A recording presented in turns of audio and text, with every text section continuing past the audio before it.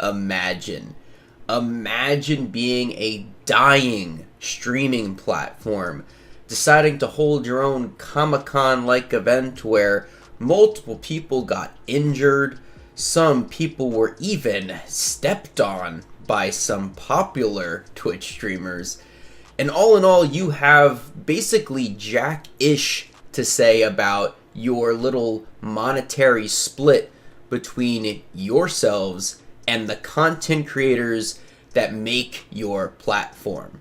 What's going on, everybody? Cryptix, and this is big, honestly, because I never thought of YouTube as to being this really great platform in comparison to all the other options we have. But honestly, as a YouTuber for, I want to say like 6 years now, and some background, I have a main channel that I've, ran. It's got like 126,000 subs, but that's besides the point.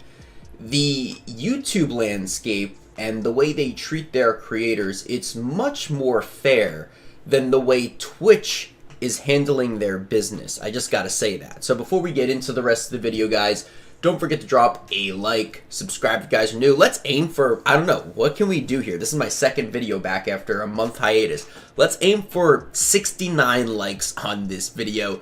And if you are new to the channel, hit that subscribe button. Let's get into it. So just a little bit of background. Twitch had a TwitchCon event where basically people got their back broken. It was a certain particular type of streamer. I'm not going to go into too much detail, but if you look up her name, she was not only a Twitch streamer, and if you did some more research, you'd be able to find out some other clips of her. Wouldn't be the first time that she's got her back blown out, but in all seriousness, it's pretty terrible. She had to have 2 metal rods in her back, and it was like a surgery or something, and yeah, basically the foam pit she jumped into, it was a pretty basic jump, and she broke her like back in 2 separate spots. So it's really sad that Twitch couldn't actually make the whole event safe. But not only that, you also had Amaranth, who was literally able, I guess this is on the guy's fault. Men need to do better out here in the year of 2022.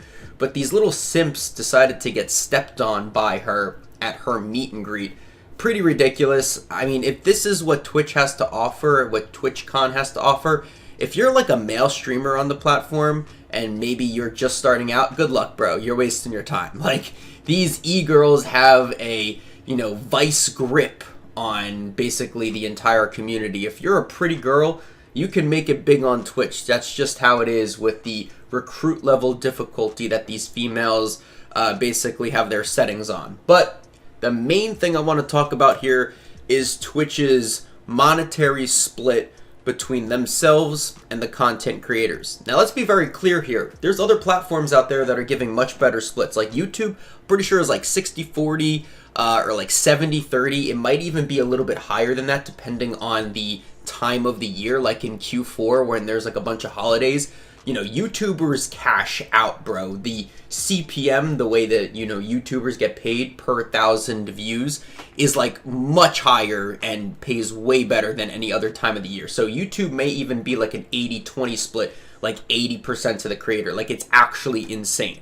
But looking at Twitch's, previous split, they basically had a 70-30 split, which was pretty fair. 70% to the creator, 30% to Twitch. This included, donations, ad revenue, things like that. And it was honestly pretty fair, I would like to say. And then Twitch decided, you know what, screw that. We can't sustain ourselves much longer. We are going to make the monetary split 50-50. That is a 20% decrease on the content creators' end and a 20% increase into Twitch's pockets. Also keep in mind, and I'll probably revisit this later on in the video, but Twitch also is losing streamers left and right to bigger platforms, primarily YouTube and YouTube Gaming. They signed on Dr. Disrespect, I believe Tim the Tatman. Like, it's actually getting crazy. Those are some big, heavy-hitting streamers, and now Twitch just completely lost them and their entire audience. Like, people are watching Dr. Disrespect on YouTube at a pretty high rate, all right? So yeah, YouTube signing all these other Twitch streamers with multi-million-dollar exclusivity deals, and Twitch is just like losing out, right? So what they're doing is they're saying, okay, well now we're gonna have to make up some of this revenue that we're losing out because all these other streamers are gone. We're gonna take 20% of the money that Twitch streamers make in addition to the 30% that we had. So it's 50 total percentage points that is just going flat out into Twitch's pockets. That's just absurd. And the community is not happy about it. Like, the content creators are not happy about it at all. Like, if I was a, top, 25, 20% YouTube, or not YouTube, just like top 20, 25% popular Twitch streamer, I would look to be signing something on YouTube, man. It's just not looking good for Twitch with this type of split, right? You can make so much more money on YouTube with streaming, content creation. Like, if you make a long-term video or like long-form video, you can make like what you would make on a 8-hour stream on Twitch. You could make in a video on YouTube if you're big enough, no problem. So the community is not happy, but then TwitchCon happened where, like I said before, people got their backs blown out. People got stepped on, these simps, but who cares about simps, am I right? But basically, the chief monetization officer had something to say. So, the recent TwitchCon event gave the streaming platform the opportunity to address the upcoming payment scheme, which many users are concerned about. During the convention, which took place in San Diego, Chief Monetization Officer for Twitch, Mike Minton, responded to the reactions regarding the changes, saying that there was no way the company would continue with the 70-30 split, the original split giving 70% to the content creators, 30% to Twitch. He said it was simply not viable in the long term, before going on to address the fact that Amazon, one of the wealthiest companies in the world, expects the broadcasting site to function as an independent business. So, what does this mean? Well, he's essentially saying that we can't survive on a 70-30 split anymore, and we're going to continue with that 50-50 split.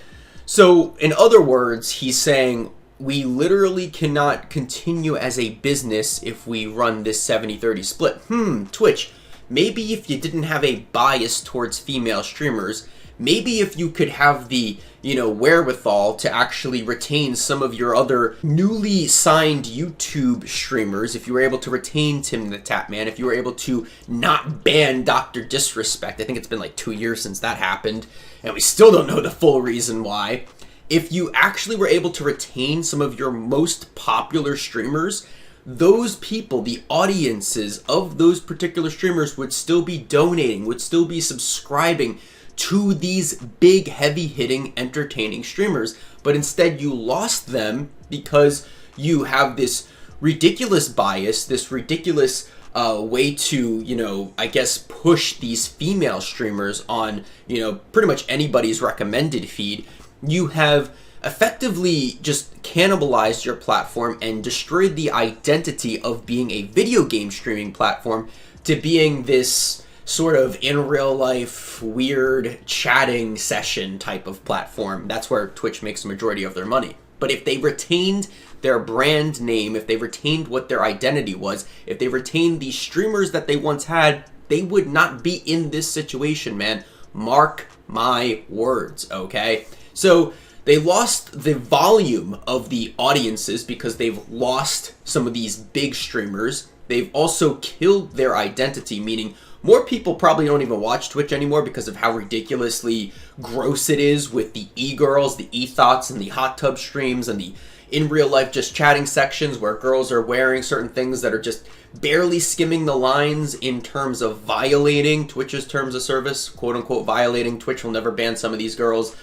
It's just out of hand, and people are tired of it. They're going to TikTok, they're going to YouTube, they're going to alternative platforms. They don't really like Twitch anymore because of what Twitch stands for, and also for the double standard they set between, the e-girls and the, streamers that just want to play a video game to entertain fans. It's really, really sad. And at the end of the day, right, the ecosystem with streaming and content creating, long form, short form content, it doesn't really matter. There's better splits out there. Like I said before, YouTube is a pretty generous split, and especially in Q4 around the holiday season. If you're a big name on Twitch, I would make a YouTube channel and upload your content ASAP, because you don't know how long Twitch is going to last. You know what I'm saying? And that pretty much goes for anybody else that's trying to become a content creator and grow on a certain platform. Like YouTube they're doing a good job. Like even though they've had some pretty bad instances in the past, like they're creating YouTube shorts. They have, you know, that short form content to compete with TikTok. They got that long form content, and that's what they're known for. They also just have a really nice system with live streaming now, so they're competing with Twitch. Like, YouTube's honestly the place to be. Maybe I'm biased, but like this new news to come out of Twitch with the 50-50 split is just grotesque to me. It's just terrible to see, especially in the society that we're living in, where, you know, inflation is up and things like that. Like, content creators need that type of money, man. So I want to know what you guys have to say down in the comment section below. Don't forget to drop a like. Subscribe if you guys are new to the channel. Comment down below what you think. This is pretty bad news for Twitch. I don't see them lasting much longer. In fact, I want you guys to comment down below, how long do you think Twitch will last before they go officially under? I'm your boy Cryptix. So glad I never really got into streaming on Twitch. And signing off.